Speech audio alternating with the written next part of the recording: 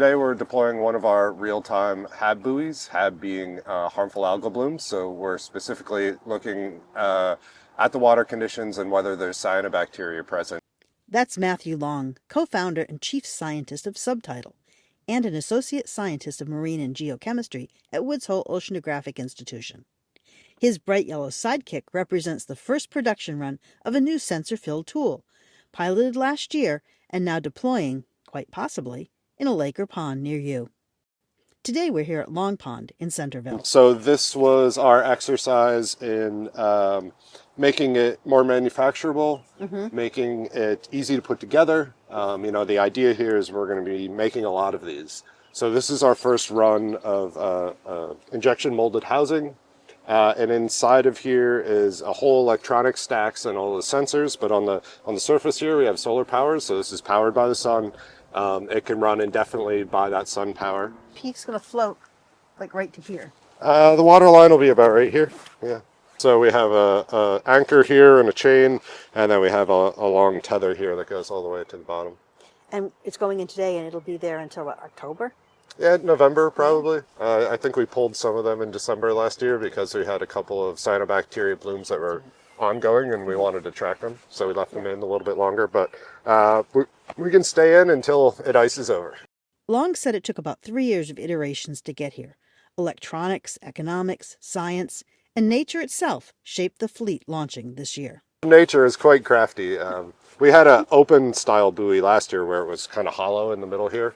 And there was a muskrat out here, actually, that would stop by and have lunch. So the whole surface of the buoy on the inside was full of mussel shells. We have bird spikes on the top here. Cormorants love to sit on any sort of buoy that you put in the water. And when you have solar panels that need access to sunlight, if the cormorant spends a lot of time on that buoy, those solar panels don't get light anymore. So that's why we have to put bird spikes on the top. Part of the challenge leading up to this season, says Long, came on the economic side. We started out at a buoy that cost about $100,000, right? And that's not scalable for any pond group, any town, anything like that. And the goal, coming from a place like WHOI, where every buoy costs $100,000 to $1 million, understanding the components that go into it and how to make them low cost and accessible to everyone. So if I were a town or a homeowners association, and I thought this was important, how much am I looking to spend? It's about $6,000 for 6 months, so about $1,000 a month. Cyanobacteria have been on Earth for 3.5 billion years. They're the reason we have oxygen to breathe right now. But because they've been around for so long, they've evolved a number of different mechanisms to interact with other species, other biology, other chemistry. So in the case of cyanobacteria, they actually make toxins. And those toxins are inside of their cells, but they're produced for a variety of different reasons, but mostly to prevent predation on the cyanobacteria by other organisms in freshwater systems. So when you have a cyanobacteria bloom, they can be toxic themselves, but the big problem is when that bloom starts dying and starts degrading and their cell walls break open, and then those toxins are released into the water. The toxins can be fatal. Every year in Cape Cod, dogs die from drinking pond water with cyanotoxins. Human children also risk serious illness from the bacteria. Cyanobacteria, when they form scums along the water's edge, because they're actually positively buoyant, and then the wind pushes them to whichever direction the wind is blowing, they can aggregate in really dense scums along the shoreline.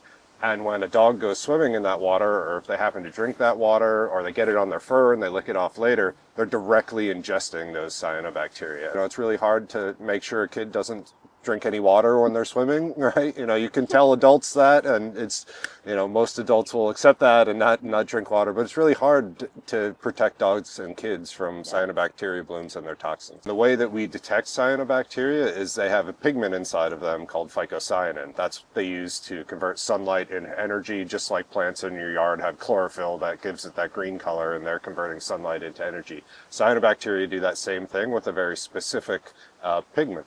And we can detect that pigment by fluorometry. So we can detect cyanobacteria in real time. Particularly, we can track if they're increasing or they're decreasing, and that relates directly to, is there a bloom coming, and also what is the toxin risk. The other thing that we do specifically in relation to cyanobacteria is we ingest really high resolution weather data from weather stations that are all over. And on a day like today, when the wind is blowing this way across the lake, we can actually predict where cyanobacteria scum would form just based on the wind direction and where our buoy is. This little yellow buoy also represents a Cape Cod economic story, showing how intentional technology transfer can move ideas from a lab into scalable solutions. Subtidal was spun out of Woods Hole Oceanographic. So we actually had an event put on by a venture capital firm where they brought entrepreneurs in, and it was kind of a entrepreneurship dummy course for scientists. A woman sat down next to me, and that was Casey, my co-founder, who we're still working together about 3.5 years later. Companies like Subtidal are born when science meets commerce. But Long is quick to point out that doesn't mean science gets pushed aside by commerce.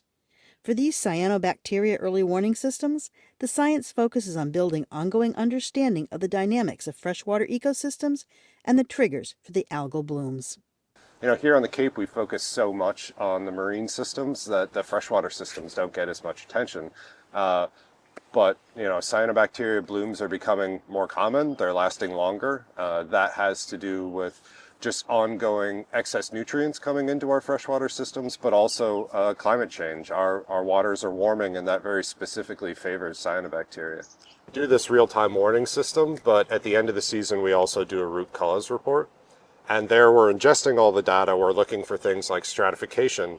And did a big storm come through and that stratification, basically the pond mixed and that stratification disappeared? And did we get a bloom a week after that? This problem isn't going away. It's only going to get worse. And this is the first step at really getting that understanding and knowing what's going on.